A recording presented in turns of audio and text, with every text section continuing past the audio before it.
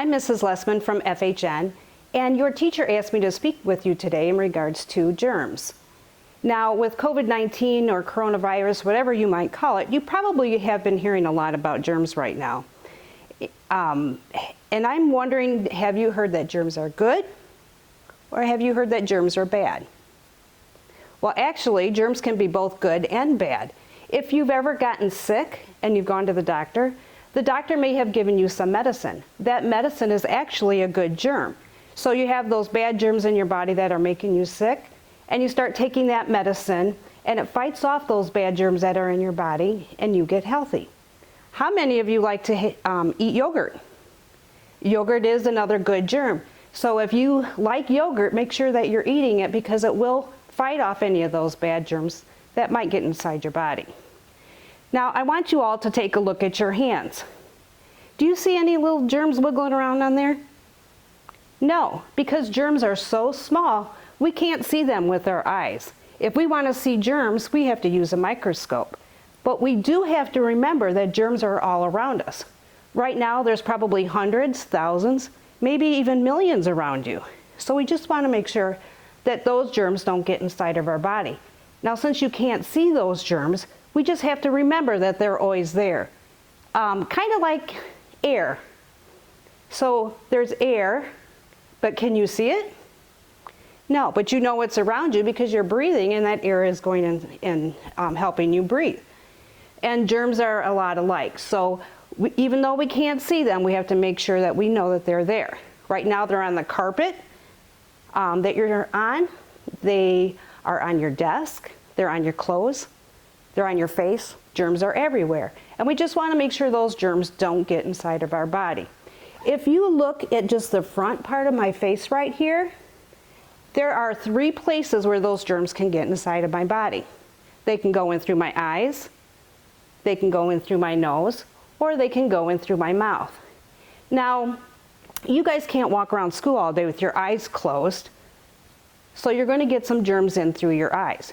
You also can't walk around school holding your breath all day. You have to breathe. So we are going to get some of those germs in our body, but you can stop some of the germs from going in through your mouth, because most of the time when germs go in through your mouth, it's because you have germs on your hands, and then we eat those foods that we all love, like cheeseburgers, hot dogs, french fries, potato chips, popcorn, cookies, and we eat those foods with our hands. So if I have germs on my hand and I eat a cheeseburger, are my germs getting on that cheeseburger? Yes. And if I eat that whole cheeseburger, now where are those germs? Now they're all inside my body. So we want to make sure that anytime before we eat, we always make sure that we wash our hands or use hand sanitizer so that those germs don't get inside of our body. Now, our bodies are made really, really tough. So when those bad germs get inside of our body just automatically starts fighting those off. And most of the time we don't get sick.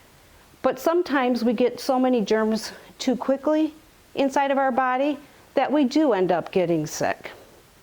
We may get a cough or a sneeze or a runny nose, and we need to make sure that we are not using our hands to cover that cough, that sneeze, or to wipe our runny nose. Have you ever seen someone wipe their nose like this when it was running?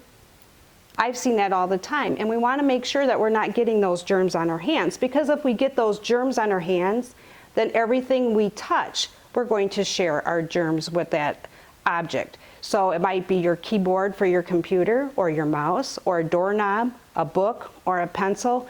So we want to make sure that we are not touching things with our hands after we've got germs on our hands, because we don't want to share those with our friends.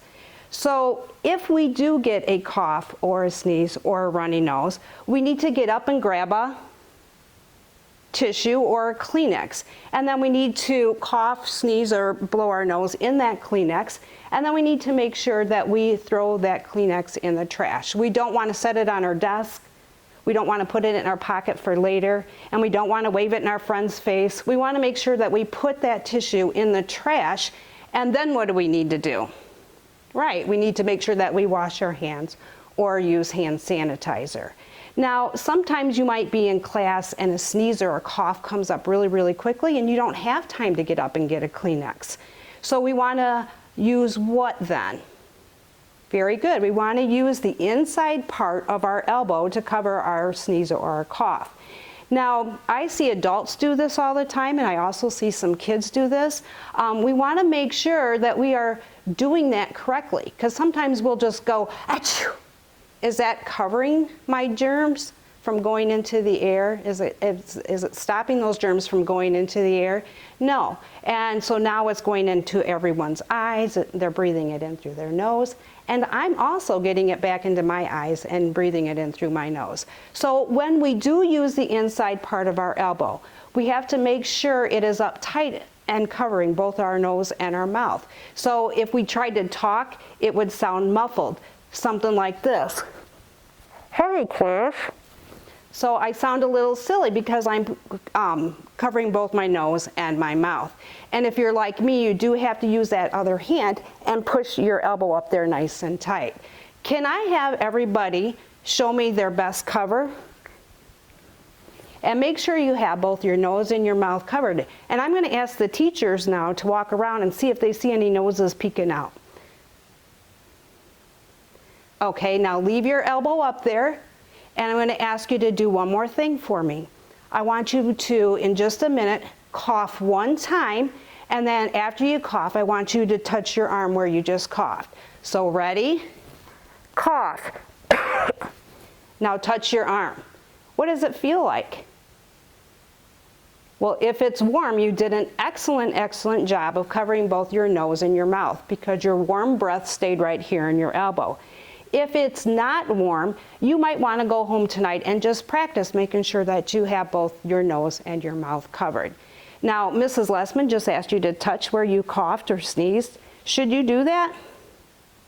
No, because now where are those germs? On our hand.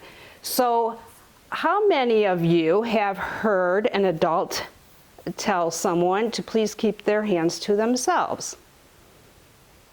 Okay, so we want you to keep your hands to yourself for more than just one reason. One, you might be bothering someone else. Or two, the teacher or adult telling you to keep your hands to yourself might know that the person that you're touching was just sick, or maybe just have coughed or sneezed into their elbow. So you want to make sure you keep your hands to yourself. Use your words if you want someone to do something for you. Now, we are going to talk a little bit about when you should wash your hands. So when do adults ask you to please wash your hands?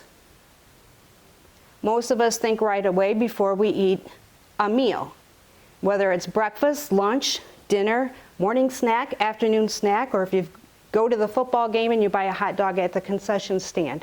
You should always make sure that you wash your hands first or use hand sanitizer so any germs that you have on your hands doesn't go inside of your body. Another time that we know that we should wash our hands is after we use the bathroom. So make sure that you always wash your hands after you use the bathroom, and we're going to talk about that just a little bit more later. We also should wash our hands if we help with the chores around the house. So maybe you help take out the garbage, or maybe you just shove that garbage down so you can put more stuff in there. Maybe some of you help with farm chores at home, or clean your bedroom. After you've done those things, you should also make sure that you wash your hands so that those germs don't get inside of your body. How many of you have pets at home? Okay, I have a dog at home, and my dog's name is Alice. And where do you think Alice goes to the bathroom? Right, Alice goes to the bathroom outside. Now, Alice needs her exercise, and so do I. So I'll take Alice outside, and I'll throw the ball to her, and she'll run after it and grab it and bring it back to me because she wants to be a good girl. So when I throw that ball to Alice, do you think Alice is running through the yard thinking, oh, I can't step there, I went to the bathroom there yesterday, or, oh, I can't step there, I went to the bathroom there last month? No, Alice is just running as fast as she can to get that ball so she can bring it back to me and be a good girl. Now, when Alice gets hot after playing a while, she does like most dogs do, and she'll start rolling around in the grass. Do you think Alice might be rolling around where she's gone to the bathroom before? Yes. And then if I pet Alice and say, good girl, let's go in the house, and I go right in the house, open a bag of chips and start eating them, do you think those germs are going inside of my body? Yes, and those are definitely germs I don't want inside of my body. Now, if you have a cat at home, it could be the same thing. The cat goes to the bathroom in the litter box, and then when the cat has to go to the bathroom again, it kind of moves things around, finds a new place to squat, and the cat's fur will touch where it's gone to the bathroom before. And then you're watching a movie and you're cuddling your little kitty and you decide you want some popcorn. So again, if you don't wash your hands, you could get germs inside of your body that you really don't want to get inside of your body. Another reminder is not only do we need to make sure that we're washing our hands, but we also need to make sure that we're only putting things in our mouth that should go in our mouth. So I know that some of you sometimes will hold your pencil in your mouth because we need that extra hand. So we might not want to do that right now because you hold your pencil with your hand, and if you have germs on your hand, it gets on your pencil, and if you put it in your mouth, you're going to get those germs inside of your body. Sometimes I see girls chewing on their hair, or I see kids chewing on their collars or their sleeves. And again, we have germs on our clothes and in our hair, so we want to make sure that we don't put those things in our mouth as well. Some of you are starting to lose teeth. Some of you have already lost some. Some of you are getting ready to lose some. And we always want to, when we have a loose tooth, to put our hand in our mouth and wiggle that tooth.